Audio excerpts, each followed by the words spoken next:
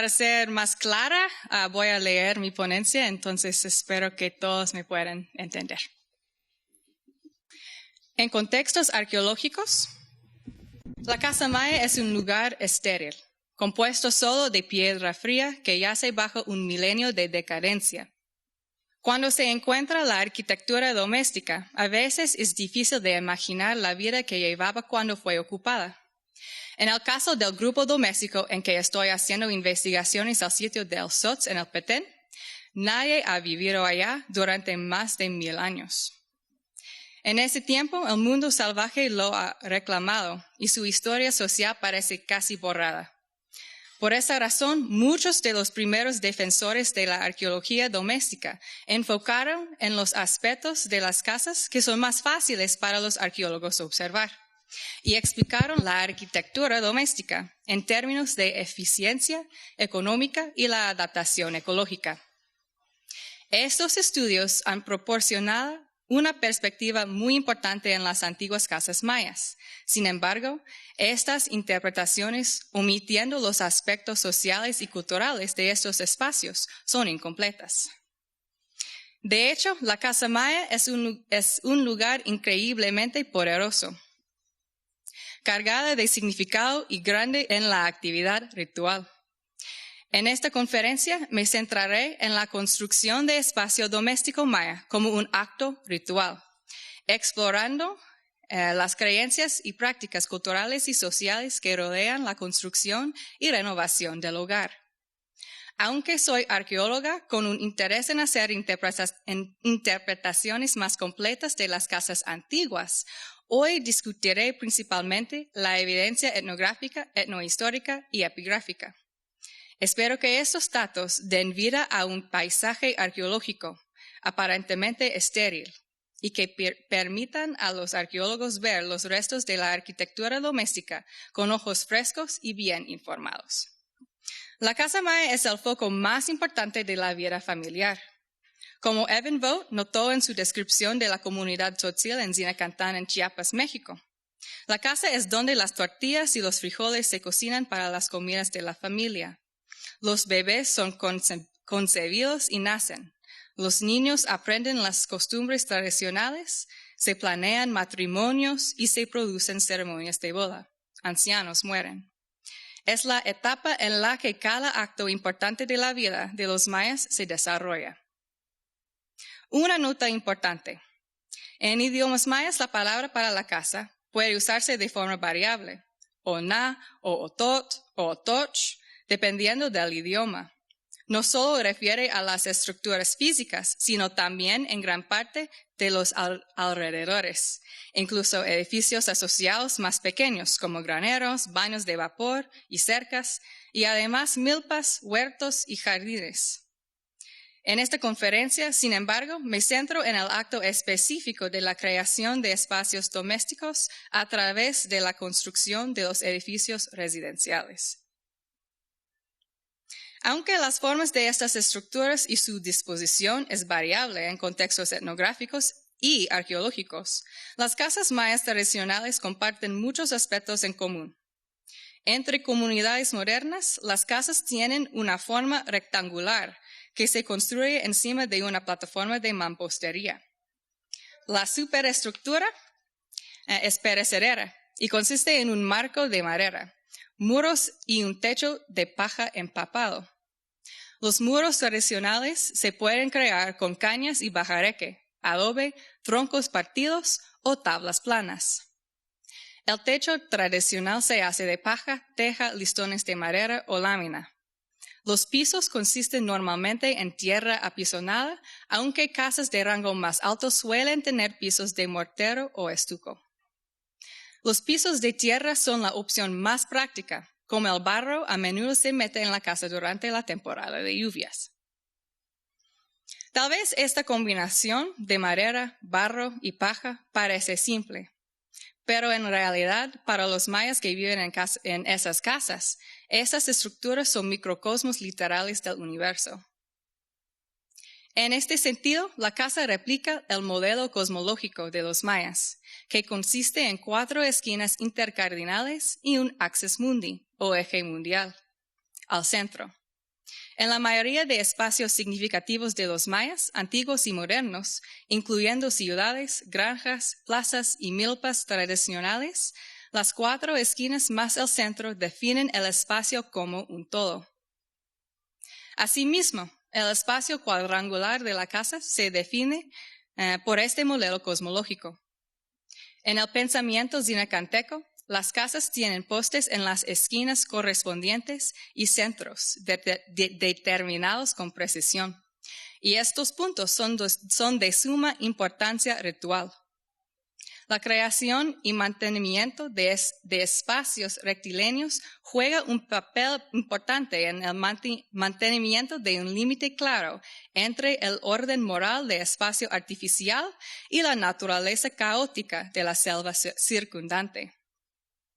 La casa maya, en su réplica del orden cósmico, protege a sus habitantes desde el mundo salvaje peligroso, tanto físico como moralmente. Además, las casas reflejan las divisiones verticales del universo maya. El señor del inframundo, el dueño de la tierra, está representado por el piso de tierra. Una segunda división vertical se compone de montañas sagradas, que es donde se alojan los dioses ancestrales y suben a los picos más arriba y en contra de el dominio del dueño de la tierra. Este segundo nivel se refleja en la estructura del techo de la casa, no solo en la similitud visual entre las formas de las montañas y los techos, pero más importante, en el uso de términos descriptivos idénticos para los dos. Yok, el pie, se refiere a la fundación de una casa. Chut, el estómago, es el punto medio de una ladera de la montaña, así como un muro de una casa.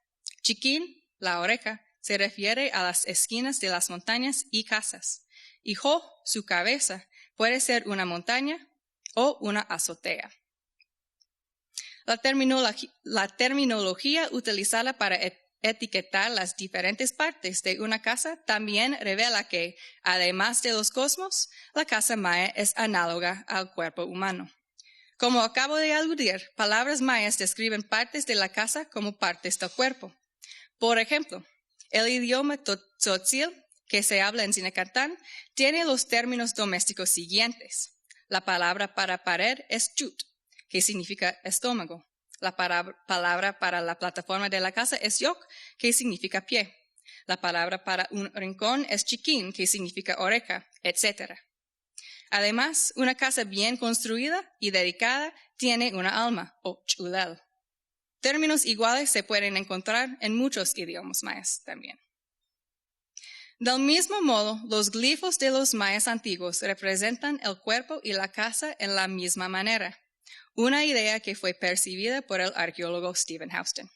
Representaciones de las partes del cuerpo siempre tienen 2 círculos concéntricos para indicar que la parte pertenece a un todo más grande. Aquí están marcados por rojo. Los mayas antiguos consideraban las partes del cuerpo como características inalienables, que siempre debían ser poseídas por su mayor totalidad. También, los glifos de rasgos arquitectónicos se representaban en una sección transversal con círculos concéntricos, indicando que pertenecen a un todo más grande. En estos ejemplos se puede ver las marcas circulares en rojo. Por lo tanto, al igual que el cuerpo, se pensaba que la casa era un ser completo y animado, encapsulando un todo igual al humano. Con profundo significado cultural, la construcción de una casa maya debe ser atendida con mucho cuidado, y por lo general implica a la colaboración de muchos especialistas, tanto en mano de obra y lo ritual. Para construir una casa tradicional, los materiales requeridos primero deben ser adquiridos y transportados a la ubicación propuesta de la casa. Ese trabajo está hecho exclusivamente por los hombres de la comunidad. La piedra puede ser extraída de fuentes locales o directamente de la roca madre. Bloques de piedra caliza se elevan al cuadrado, ya que se excavan mientras que la piedra es todavía suave. Una vez formada, los bloques son transportados al sitio de construcción. Las piedras del campo también pueden ser materiales de construcción.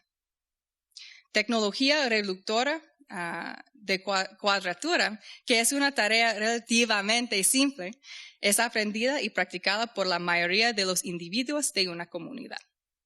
La madera utilizada en la construcción de una casa se corta y se recoge de septiembre a diciembre. Informes etnográficos indican que esto debe hacerse durante la luna llena para que los materiales sigan siendo fuertes.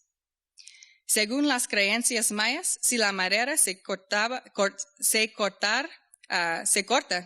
durante la luna nueva, los materiales pueden ser débiles, poniendo en peligro la integridad de la casa.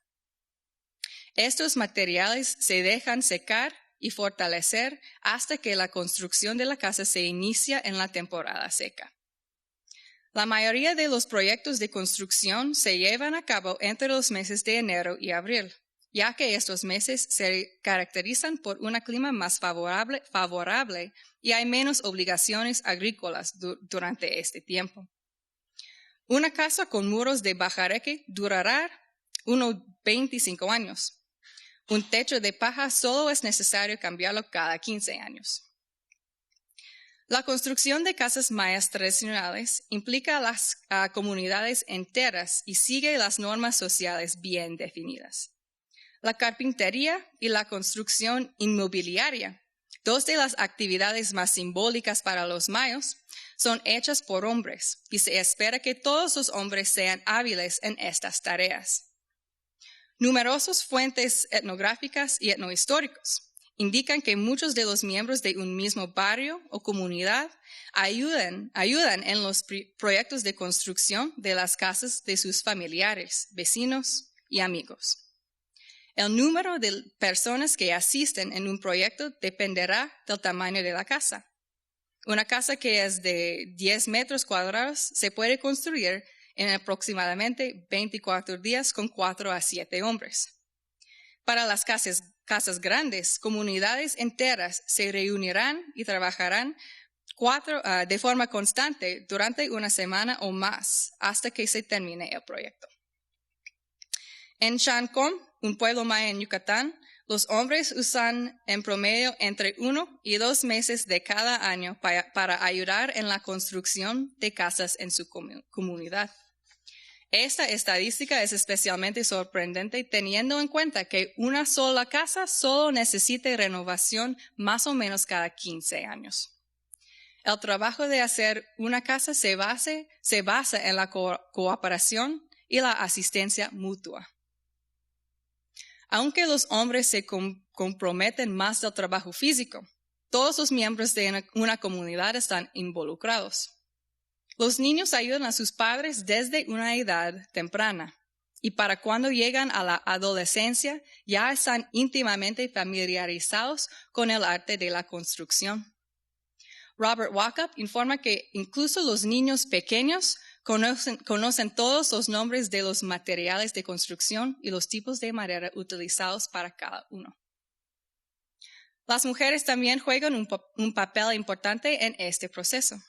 La relación de Quinacama o Mochopipe, un documento etnohistórico que documenta el Yucatán del período colonial, registra que se acostumbraba a ayudarse uno a otro para hacer sus casas y la remuneración por su trabajo era darles de comer y de beber hasta que la casa estaba terminada.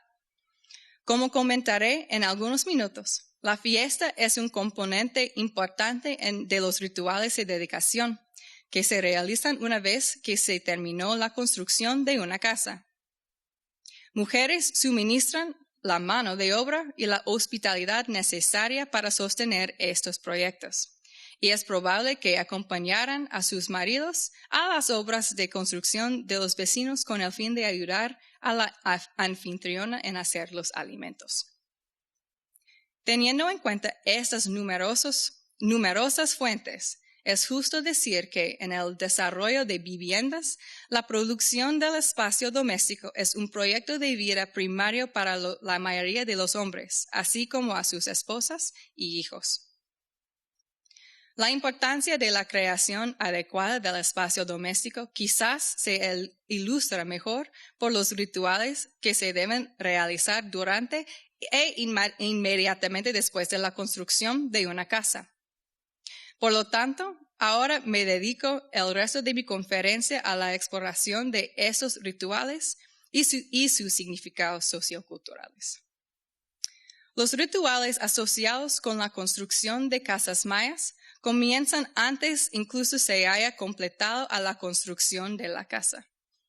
La primera de estas ceremonias, practicada en Zinacantán, se llama Holchuk, literalmente la unión de la cabeza del techo. Esta ceremonia se lleva a cabo cuando se completan las paredes y las vigas del techo están en su lugar. A diferencia de la ceremonia de nueva casa, de la que hablaré en más detalle un poco más adelante, este rito no requiere un chamán para llevarla a cabo. En la ceremonia de Holchuk, los trabajadores cuelgan una cuerda larga desde la cima de la casa con el extremo de la cuerda marcando el centro del piso. Un hoyo de cerca de 1 pie de profundidad se excava en este punto. 4 pollos, uno para cada esquina de la casa, están ligados a esta cuerda por sus pies con sus cabezas ocultas en el interior del hoyo. Sus cabezas son cortadas y sus cuerpos son preparados para comer por las mujeres. Las cabezas, plumas y trozos son enterrados en el hoyo como una ofrenda al dueño de la tierra. 2 hombres se suben en el marco del techo y alimentan a la casa con caldo gallinero y licor de caña, por medio de verter los líquidos en las 4 esquinas de las vigas, así como en el pico donde las vigas se unen. Una fiesta de licor y el pollo sigue estos actos. Una vez que la construcción de una casa sea completado, el edificio debe ser consagrado antes de que pueda ser habitada. El propósito de esta consagración, que me refiere como la ceremonia de nueva casa, es compensar al dueño de la tierra por los materiales utilizados en la construcción de la casa, así como convocar a los dioses ancestrales para dar vida al ama innata de la casa. Primero, sin embargo, me gustaría describir lo que sucede en esta ceremonia tan importante. En muchas partes del mundo maya, los participantes de la ceremonia de nueva casa incluyen al dueño de la casa, invariablemente un hombre, y su esposa e hijos, así como su padre, hermanos y sus esposas. En el área Chortí, que se encuentra en el este de Guatemala, la ceremonia es aún más comunal. Se espera que toda la aldea participara en la dedicación, así como asistir al festival, que se prolonga durante 4 u 8 días. En cualquier lugar, las ceremonias de nueva casa deben ser realizadas por especialistas religiosos, que pueden ser llamados hechiceros, chamanes, sacerdotes y padrinos en la literatura etnográfica. Estos hombres alcanzan su poder ritual en diferentes maneras. Entre los chortís, casi cualquier hombre viejo que es respetado tanto en su comunidad y cuya vida moral es aceptable puede ser considerado un padrino. Por el contrario, entre los quechís de Belice, nadie reconoce abiertamente a sí mismo como un hechicero, pero se refiere como tal por los demás a través de chismes y rumores. Como notó Charles Wisdom en su trabajo de los chortís en Jocotán, estos individuos son más respetados y temidos que amados, ya que la mayoría muestran signos de locura y muchos sufren de delirios de grandeza. Sin embargo, estos especialistas religiosos poseen conjuntos de conocimiento restringido y por lo tanto juegan un papel integral en la ceremonia de nueva casa. Solo los sacerdotes, chamanes y hechiceros saben recitar las oraciones y realizar los rituales necesarios para mantener el buen orden del espacio doméstico. La palabra tzotzil para chamán, ilor, significa literalmente vidente. En la vista zinacanteco del mundo, Hubo un tiempo antiguo cuando cada zinacanteco podía ver a las montañas donde los dioses ancestrales estaban viviendo. Ahora, sin embargo, solo los chamanes poseen la capacidad de ver a los dioses ancestrales y comunicarse directamente con ellos. Aunque las esposas de los chamanes a menudo les ayudan en sus deberes rituales, ellas no realizan ninguno de los ritos o recitan las oraciones. La ceremonia de Casa Nueva ha sido registrada en varios contextos etnográficos. Entre los tzotziles de Zinacantán, Chiapas, la ceremonia se conoce como Chulcandela o Vela Santa. En la ceremonia, cada rincón de la casa que representa cada dirección del universo maya se debe atender ritualmente. Eric Thompson, quien trabajó entre los quechís de Belice, observó que ellos colocaron velas en la parte superior de las vigas en las 4 esquinas de la casa, así como una vela en el centro directo de la casa en el centro de la viga central. Además, un trozo de hígado de pollo se unta en las vigas en cada una de las 5 direcciones, en última instancia de ser colocado en el centro de la casa, al lado de la vela encima de la viga central. Una vez que esta ofrenda se ha hecho, el chamán inciensa cada uno de los puestos con copal, tanto dentro como fuera de la casa, en sentido contrario a las manecillas del reloj.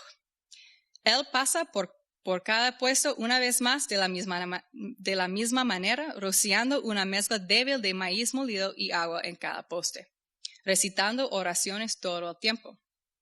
Su esposa lo sigue e inciensa cada esquina sin recitar las oraciones.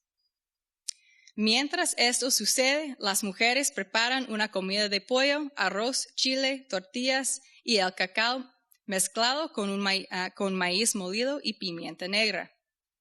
Thompson describe su propia experiencia en esta ceremonia, diciendo que después de la comida, que se comió sin ceremonia, los hombres en un grupo, las mujeres en otro, continuaron hablando hasta alrededor de las 2:30 de la madrugada.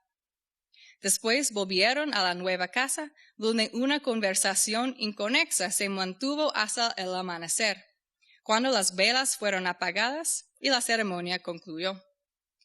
Permanecer despierto en la casa por la noche asegura que nada malo va a pasarle durante sus primeras horas de vida. Entre los tzotziles de Zinacantán, el chamán comienza rezando en un altar creado justo al este del centro de la casa. Una alfombra de agujas de pino frescas cubre el suelo. Un asistente cuelga una cuerda desde la cima de la casa, al final del cual marca el centro del piso, donde se excava un hoyo. Lo que sigue es muy similar a la ceremonia de Holchuk descrito anteriormente. Un número de gallos y gallinas que corresponden al número y sexo de los miembros de la familia se cuelgan por sus pies desde el extremo de la cuerda, con sus cabezas ocultas en el interior del hoyo. Con la excepción de un gallo negro, que es guardado para enterrarlo más adelante en el hoyo, sus cabezas se cortan con un cuchillo y se permite que la sangre fluya en el hoyo. Las mujeres hierven los cuerpos de los pollos con agua caliente y los despluman y preparan para comer. La cabeza y las plumas son enterradas con la sangre como ofrenda al dueño de la tierra. El chamán luego inciensa el gallo negro, lo mata retorciéndole el cuello y lo cubre con un trago de licor y un puñado de tierra. El chamán conduce una procesión en sentido contrario al reloj a cada una de las 4 esquinas, donde las agujas de pino se plantan y decorados con geranios rojos. Él planta y enciende velas y reza en cada esquina. El chamán también vierte el caldo de pollo y el licor de caña en los 4 postes en las esquinas y en el centro de las 4 paredes. Asistentes suben a las vigas del techo y alimentan de comida al techo.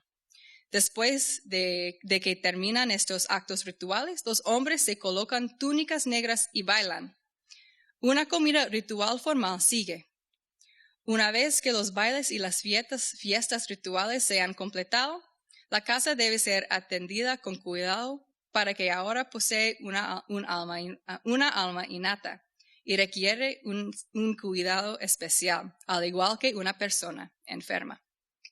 Entre los chortís de Jocotán, en la terminación de la construcción de una casa, el dueño invita a las esposas de varios padrinos a prepararla para la bendición.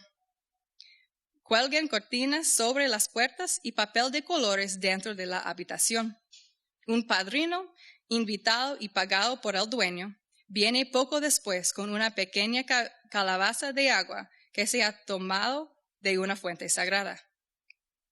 Eso se rocía en las 4 esquinas de la casa, por dentro y por fuera, a la vez que pide a los espíritus malignos que pueden estar presentes para partir. Una práctica muy similar a lo que ya se ha descrito. Las esposas de los padrinos compran cohetes, pues se considera su deber de pagar por ellos. Y mientras el padrino está bendiciendo la casa, un grupo de hombres en el exterior los lanzan a intervalos de pocos minutos. Después de esto, se envían invitaciones formalmente a los amigos y parientes para venir a la fiesta que prosigue, aunque cualquier persona que desee puede participar, incluso extraños. El dueño proporciona alimentos de festivales y bebidas para todos. Los músicos ofrecen música y todo el mundo baila. La celebración suele durar hasta el amanecer de cada día, por 4 u 8 días. En cada una de estas ceremonias, una ofrenda debe hacerse en cada una de las 5 direcciones, y los participantes deben cuidar de la casa en sus horas nacientes de vida. Sacrifican el sueño. Como se mencionó anteriormente, esos actos se completan con el fin de compensar al dueño de la tierra por sus contribuciones y para dar vida al alma de la casa. El dueño de la tierra, también llamado Huitzhoc, o el dios de la montaña valle, de los quechis de Belice, tiene dominio sobre casas y campos agrícolas. Para construir una nueva casa, una familia necesita no solo un pedazo de tierra en que colocarla, pero también los postes de madera, paja y barro para su construcción. Entre los tzotziles de Zinacantán, el dueño de la tierra, Yahval Balamil, se representa como un ladino grande y gordo, que posee montones de dinero, rebaños de vacas y caballos y bandadas de pollos. Los zinacantecos creen que el dueño de la tierra está siempre en la necesidad de tener trabajadores y por lo tanto siempre hay peligro de que el alma de una persona vaya a ser vendido a él como un siervo. Por esta razón, estas ceremonias se realizan con la esperanza de compensar al dueño de la tierra por su propiedad y conseguir la ayuda de los dioses ancestrales en el mantenimiento de relaciones estables con él. En muchos contextos, ofrendas de velas y el incienso puede ser una compensación suficiente. Sin embargo, en la creencia tzotzil, velas no son suficientes para aplacar al dueño de la tierra. Por lo tanto, los pollos, que simbolizan a los residentes de la casa nueva, se ofrecen como sustitutos. El gallo negro es un sustituto simbólico para el dueño de la casa, el máximo responsable de esta incursión en el dominio del dueño de la tierra. Representa un préstamo de alma y cuerpo. Este tipo de ritual ha sido descrito como el sacrificio Kesh por el académico Karl Taube. En muchos idiomas mayas, la palabra Kesh significa sustitución o intercambio. Además, se utiliza en ceremonias de curación para referirse al acto de la sustitución de una ofrenda de sacrificio para el paciente. Un ejemplo de esta práctica viene del Popol Vuh, que relata la historia de Xquic, la madre de los héroes gemelos. Los señores del inframundo desean sacrificar a Shik por sus transgresiones. Como prueba de su sacrificio, ellos piden su corazón en un cuenco. Para engañar a los señores en la creencia de que ya tienen su sacrificio, se llena el cuenco con la savia del árbol de sangre de dragón. Como nota el documento, la savia del árbol rojo era como la sangre cuando salió. Fue el sustituto de la sangre. Los señores del inframundo son engañados por este truco. De acuerdo al documento, los señores la secaron sobre el fuego, mientras que los de Xibalbá saboreaban su fragancia. Todos se levantaron para inclinarse sobre ella, porque era verdaderamente rico el olor de la sangre para ellos. Este acto permite que Shkik se escape y pueden nacer los héroes gemelos.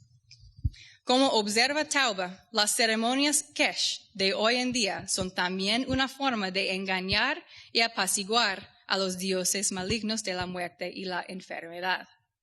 El sacrificio de los pollos durante la ceremonia de nueva casa, cada uno de los cuales representa a un miembro de la familia, es uno de los ejemplos más claros de esta práctica en contextos etnográficos.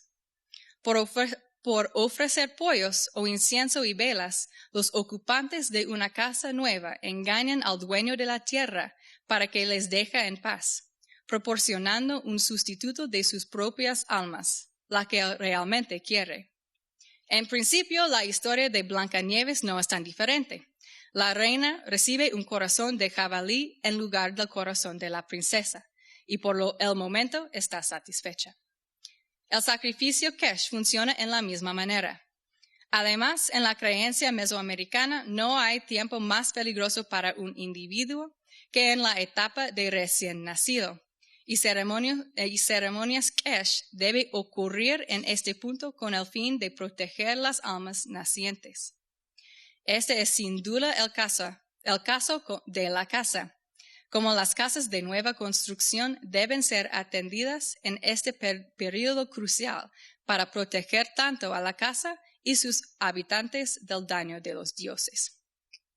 Además de compensar al dueño de la tierra insaciable, los rituales domésticos también ayudan a proteger a las almas de la casa y sus habitantes por medio de delimitar el espacio ordenado entre el desierto caótico.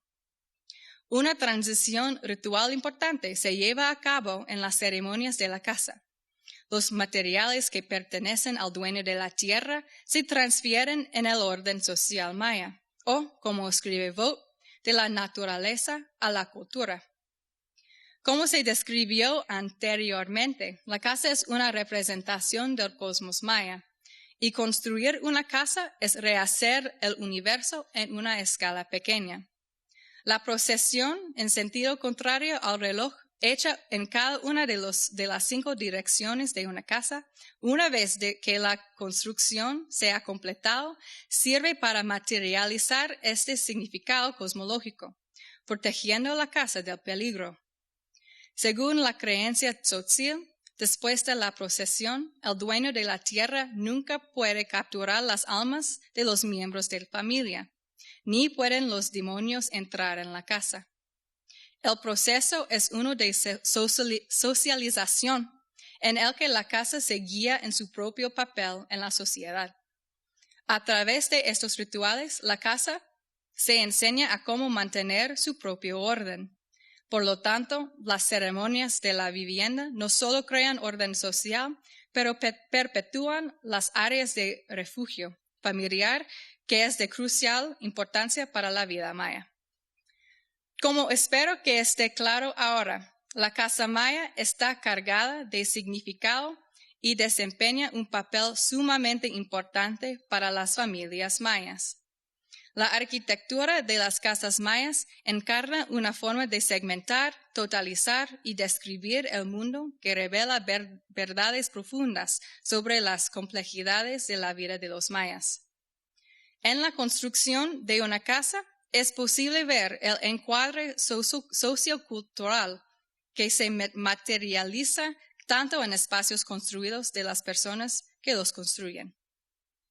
Como tal, cuando vemos los restos de las casas antiguas, debemos tratar de verlas como el producto de las creencias y actividades rituales complejas descritas anteriormente. Hay que recordar que estos procesos socioculturales no son superfluos a las consideraciones económicas y ecológicas, pero enredados con ellos. Por encima de todo, debemos recordar que la casa maya no es simplemente una cosa que existe en el mundo, pero sí, de hecho, el mundo. Muchas gracias.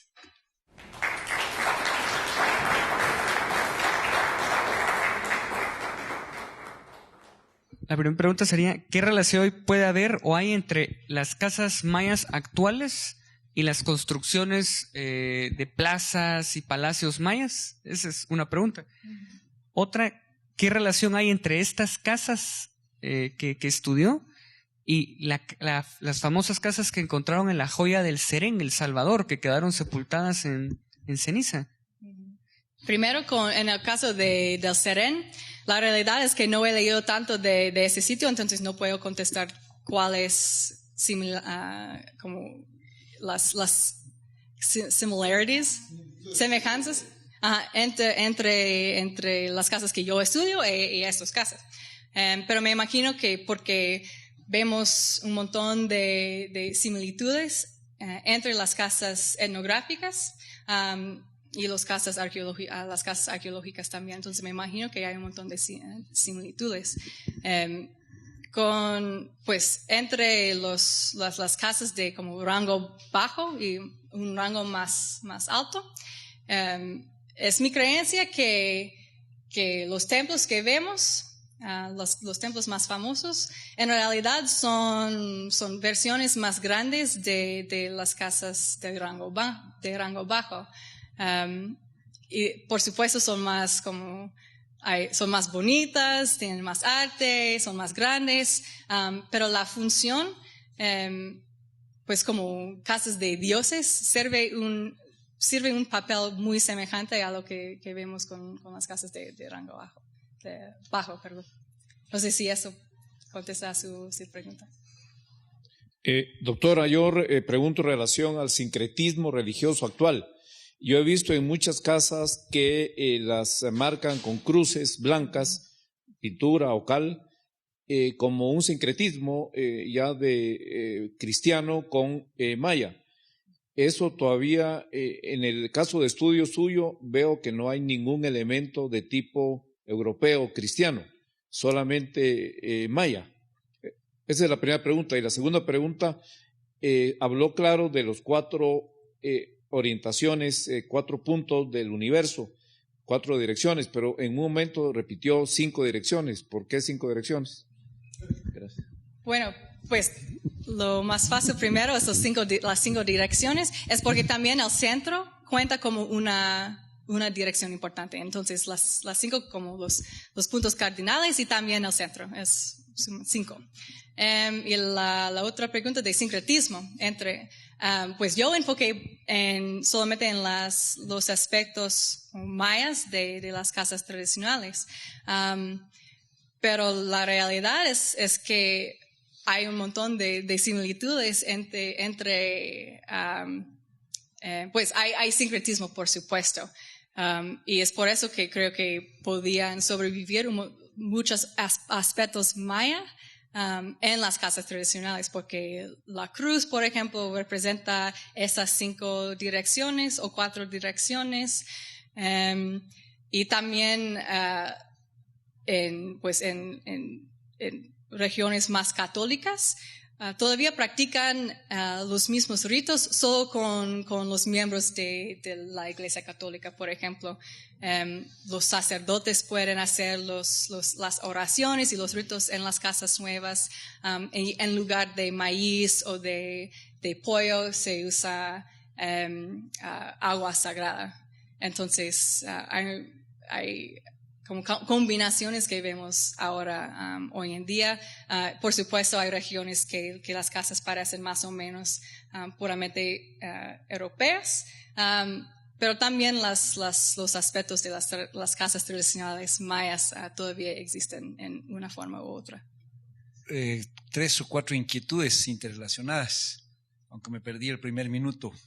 Entiendo que usted se centró en el área Tzotzil. Sin embargo, lo de casa maya suena amplio, yo diría extremadamente amplio en el tiempo y en el espacio. En el tiempo porque estamos hablando de 2000 años y el presente. Y en el espacio por la gran diversidad que uno observa. Yo, por ejemplo, en el área Chujo observo unas cosas, en el área Sutujil otras, etcétera. Luego, el discurso en el fondo suyo, entiendo, corríjame si no es correcto, que está diciendo la casa igual el mundo.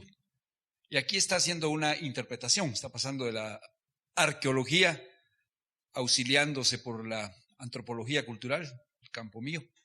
Y ahí es donde miro un puente que usted construye, que muchísimos arqueólogos utilizan, que es el Popol Vuh, en unos actos imaginativos extraordinarios, incluido Richard Hansen, que es fabuloso para imaginar cosas. Entonces me queda esta duda de si asume que hay igualdad cruzando tiempos y cruzando espacios. Bueno, entonces la pregunta es, por supuesto, tiene que ser más como diferencias que yo describo. Por supuesto, esa seguramente es la verdad. Y traté de incluir ejemplos de lugares diferentes como pues Dinacantán, por supuesto, pero también en Jocotán, también en Belice, solo para demostrar que la casa maya es un lugar bien importante. Y creo que en todos los ejemplos he demostrado que sí, eso es la verdad, que las casas tienen significados bien fuertes para los mayas en cualquier lado. Y por supuesto va a cambiar de un lugar a otro. Pero por supuesto no puedo cubrir todas las prácticas diferentes. Solo quería como proporcionar como una vista bien pequeña entre el simbolismo de las casas. Y creo que la segunda parte de su pregunta ajá. Pero de tiempo también fue parte de su pregunta. Ajá. Pues tampoco era el propósito de esta plática a hacer una prueba que las casas tradicionales o las casas antiguas de los mayas antiguas son exactamente así, solo que en el mundo maya lo que vemos es un significado bien fuerte. Y también tenemos evidencia de eso en el periodo colonial, y también tenemos evidencia, pues, aunque un poco menos claro, pero en contextos arqueológicos también. Entonces, en otra plática podría hablar más de cambios sobre mucho tiempo. Pero mi meta ahora es solo para demostrar que sí existe esos significados bien fuertes en muchos lados, y la realidad es que aunque tienen diferencias entre las regiones diferentes, tienen mucho en común también, y lo que tienen en común es esa idea de la casa como una representación del universo, como una representación del cuerpo, y por eso es por eso que digo que sí es el mundo en verdad. Pero es por eso que digo eso. Espero que he contestado sus preguntas más o menos. Todos estamos conscientes que en español hogar significa tanto una hoguera como una casa donde se vive. Usted no mencionó casi para nada el asunto de que en una casa nueva tiene que haber un fuego nuevo. Y según nos han contado los arqueólogos, esta ceremonia del fuego nuevo es muy antigua. Entonces, ¿podría ampliar eso en cuanto a lo que encontró usted en su investigación? Pues eso es una cosa que sí tenemos evidencia bien fuerte arqueológicamente entre epigrafía, que pues con los templos más grandes hacían esa práctica de hacer un fuego nuevo. Se llama ochkak o entra al fuego. También imaginamos que el mismo pasa o pasaba con las casas de rango más bajo en el pasado, pero seguramente sí pasa ahora, hoy en día, en contextos etnográficos. Y tenemos ejemplos en la literatura etnográfica también de eso. Entonces sí es una práctica bien, bien antigua. Y las velas que se usan en estos ritos que he descrito, eso es parte de ese fuego, pero lo más importante es ¿cómo se dice? El hearth. Hogar, con las tres piedras, que más o menos, usualmente es cerca del centro de la casa, entonces en ese lugar bien, bien como poderoso, bien importante. No discutir tanto de eso ahora porque soy más enfocada en la construcción de la casa, pero eso sí es un rito bien importante para la casa y para la alma de la casa, y sí tenemos evidencia de eso hace mucho tiempo. Me pareció muy interesante el tema que desarrollaste. Creo que tal vez sí existen unas similitudes y muchas diferencias, obviamente, dentro del tiempo del periodo clásico, del periodo preclásico y el periodo actual. Ciertamente en algunas de las etnias mayas subsisten más de algunos rasgos que se encuentran en las evidencias arqueológicas del periodo clásico y preclásico, como son el fogón, que the three hearthstones, como por ejemplo en las casas de los lacandones. Me llama mucho la atención cómo conservan los granos del maíz y cómo hacen lo que pues para nosotros parecería como un montón de cositas ahí colgadas, que son realmente una aventura genética de 3,000 años. Y eso realmente es el corazón de la casa maya. Hace 2 días estuve con el doctor Arthur Demarest en Cancún y estuvimos viendo pues algunas de las cosas que son diferentes a las casas mayas actuales, de las casas mayas del periodo por lo menos clásico medio y terminal, y pues que se repitieron durante muchísimos años en muchos sitios arqueológicos, como son por ejemplo el hecho de que se disponía de los espacios a través de las familias. Digamos que la casa de un abuelo se volvía más enfrente de las casas de los hijos, y también el hecho de que enterraban a sus difuntos en las partes de abajo de las casas, que luego se convertían en eso. Creo que eso, por el tema de la tenencia de la tierra, ha cambiado bastante. No sé si nos podrías abundar un poco más la percepción que tienen acerca del dueño de la tierra, porque pues esto es ciertamente muy distinto al periodo clásico, al periodo preclásico, en donde no existía un dueño de la tierra blanco, gordo, sino que existía realmente un estilo distinto de tenencia de la tierra que influía fuertemente en cómo se disponían los espacios. Y por supuesto, me imagino que por motivos legales la gente ahora acude a enterrar a sus muertos en un cementerio y no ya de la forma que se hacía antiguamente.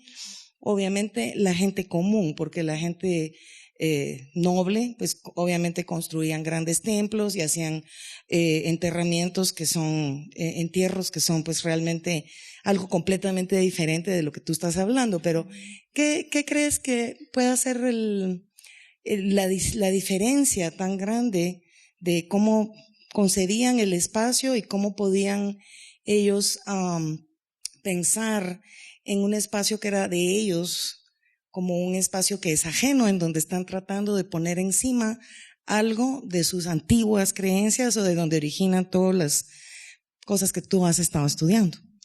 Bueno, pues cómo cambian las creencias y ritos tan importantes sobre el tiempo largo. Es un estudio que creo que debe hacerse más y más y más.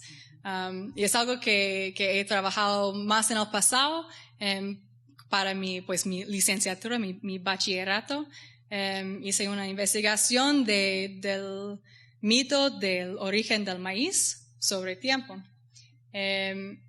Y lo que encontré es que en lugares que son más católicas ahora, mantienen como la estructura básica o fundamental de las creencias, aunque tal vez los personajes cambien o unos aspectos cambien. Por ejemplo,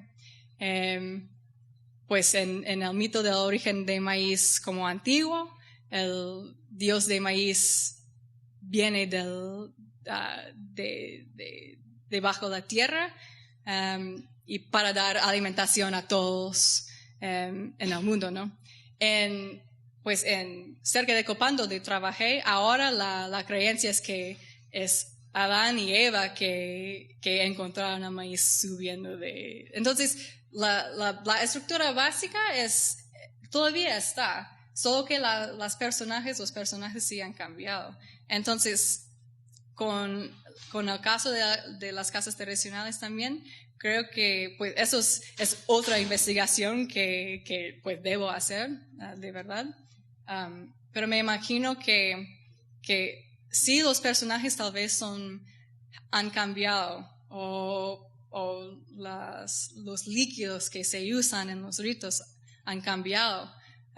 Pero la estructura básica del rito todavía es el mismo y el dueño de la tierra tal vez es un poco diferente, pero tiene semejanza, ¿no? con los dioses que describe el Popol Vuh contra Xquic, que ellos también quieren su alma en la misma manera que el dueño de la tierra quiere los almas de las personas que viven en las nuevas casas. Entonces, cuando usamos la etnografía, tenemos que tener en cuenta que los mayas hoy en día no son los mayas de la antigüedad, ¿no? Han cambiado. Y es por eso que debemos hacer estos estudios etnográficos, ¿no? Que incluyen documentos etnohistóricos, literatura etnográfica, para ver cuáles cosas han cambiado y cuáles todavía están lo mismo, para entender un poco más de qué creían los antiguos mayas. No sé si eso contesta su pregunta. Los quechíes es un caso interesante, porque sí siguen. Sí, porque sí son más bien. Que los quechíes siguen haciéndolo exactamente como lo hicieron los antiguos de Cancún, en donde pueden, en donde tienen aún un ejido o algo que sobreviva de una estructura de tenencia de tierra a la usanza antigua, Sí. ¿verdad? Ahora las gentes que viven como en una finca, lógicamente no pueden disponer de la tierra de la misma manera. Entonces creo que eso sí sería un estudio muy valioso. Sí, absolutamente. ¿Verdad? Estoy de acuerdo. Ajá. Bueno, si no tenemos más preguntas, queremos agradecer a la doctora de Carteret por esta magnífica conferencia. Gracias. Gracias.